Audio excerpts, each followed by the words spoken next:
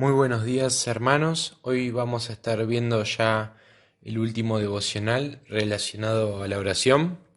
Vimos en primer lugar la importancia de la oración, luego el propósito de la oración, después el patrón de la oración, la práctica de la oración, las prohibiciones de la oración y por último hoy vamos a ver el poder de la oración. La Biblia no presenta un catálogo como el de Hebreos 11 con los héroes de la fe, pero con los héroes de la oración, pero no sería muy difícil hacer una lista de ese mismo tipo. Hay un montón de ejemplos. Por la oración podríamos decir el corazón de Esaú fue cambiado respecto a Jacob, de tal modo que se reunieron de manera amistosa más que hostil, en Génesis 32. Por la oración de Moisés, Dios envió plagas sobre Egipto y luego las quitó. Por la oración, Josué hizo que el sol se detuviera, en Josué 10. Por la oración, Elías contuvo la lluvia durante 3 años y medio, y luego por la oración hizo llover nuevamente. Por la oración de Ezequías, Dios envió un ángel y en una noche mató a 185.000 hombres del ejército de Sennacherib. Por la oración de Asa, Dios confundió el ejército de Sera, allí en 2 Crónicas 14. Y de esta forma podríamos seguir con un montón de ejemplos que vienen a nuestras mentes sobre grandes héroes de la oración. Hubo personas libradas del peligro, sanadas de enfermedades, personas que vieron a sus seres queridos sanados y presenciaron innumerables milagros como consecuencia de una oración ferviente. Verdaderamente, como decía Santiago, que la oración del justo es poderosa y eficaz, como dice allí en Santiago 5:16. Pero sí debemos advertir que el poder de la oración no es automático ni mágico. Las promesas de la Biblia sobre la oración suelen ir unidas a ciertas condiciones.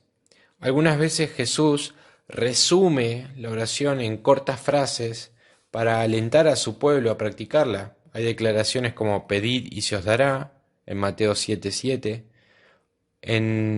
Dice Mateo 18:19, dice, otra vez os digo que si dos de vosotros se pusieren de acuerdo en la tierra acerca de cualquier cosa que pidieren, les será hecho por mi Padre que está en los cielos.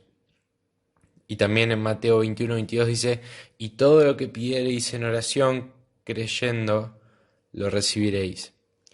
Estos resúmenes o aforismos llevaron a algunas teorías sobre la oración no muy acertadas. Esto sucede cuando aislamos los pasajes de todo lo demás que dicen Jesús y la Biblia acerca de la oración. Estas distorsiones surgen cuando interpretamos estos aforismos de una manera simplista. Pensemos en la declaración acerca de las dos personas que se ponen de acuerdo. No sería muy difícil encontrar a dos cristianos que concuerden en que eliminar la guerra, eliminar el cáncer, eliminar la persecución del mundo sería una buena idea. Sin embargo, su oración sobre este asunto no cumpliría automáticamente su deseo. La palabra de Dios indica que la guerra y la enfermedad van a estar presentes hasta el regreso de Cristo. Aún debemos sufrir los estragos del pecado, de la enfermedad y de la muerte. Oramos a Dios que nos conforte, que nos libre, que nos sane, pero no podemos exigir estas cosas de una manera absoluta. Esta idea de que Dios siempre quiere sanar ha sido una gran distorsión en la comunidad cristiana.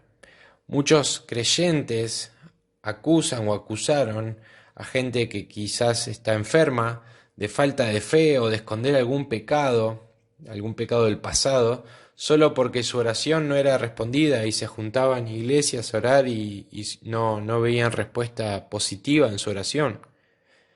La oración no es magia.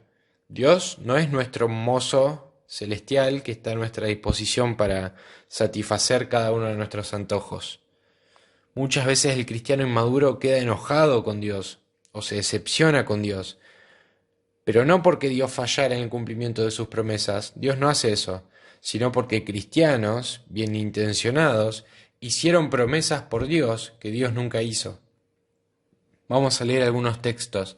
Dice Juan capítulo 9, versículo 31, dice, y sabemos que Dios no oye a los pecadores, pero si alguno es temeroso de Dios y hace su voluntad, a ese oye.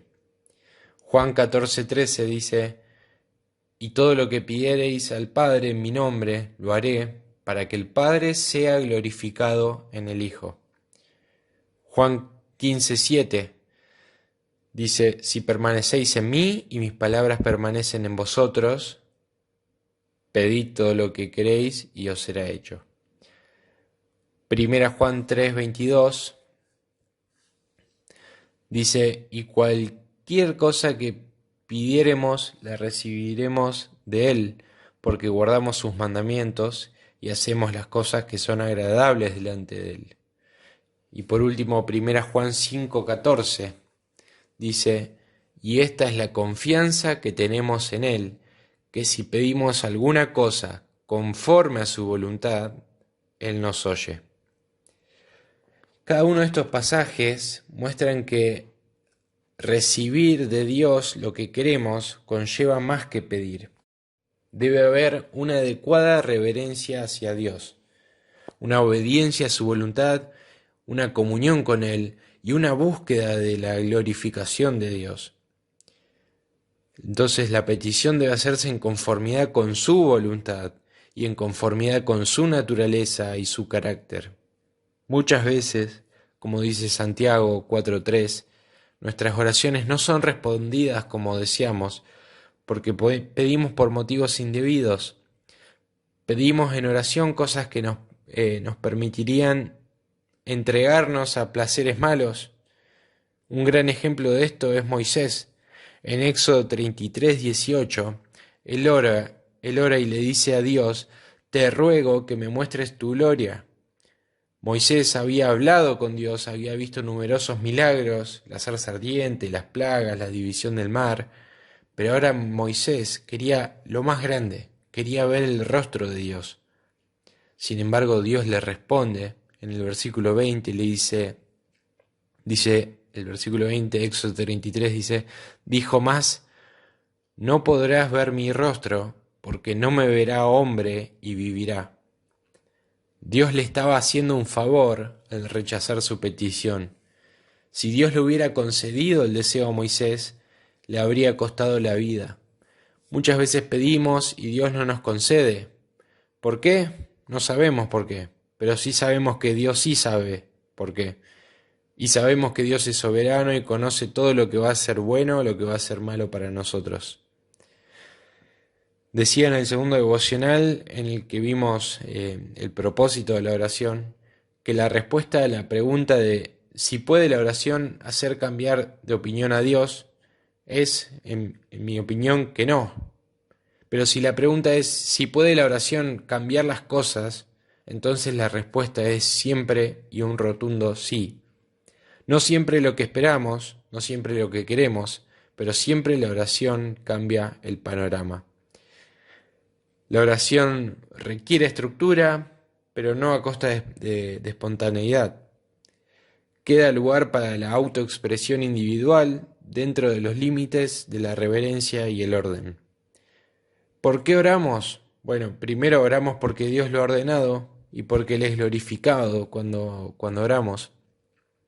Oramos porque eso prepara nuestro corazón para recibir lo que vamos a recibir de Él.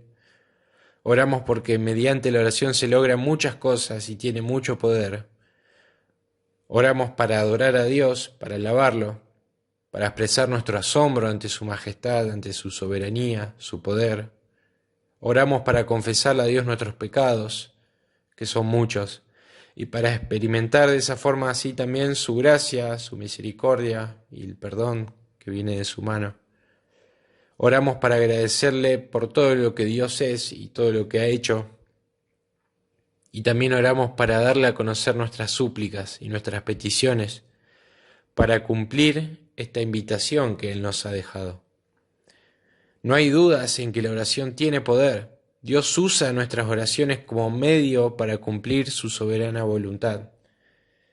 Pero también la oración es un reconocimiento de nuestra dependencia de Él para su gloria, sabiendo que todo lo que Dios hace es en primer lugar para su gloria y en segundo lugar para nuestro beneficio.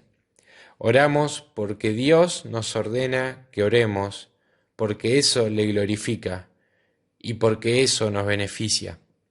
Que tengan un muy bendecido día.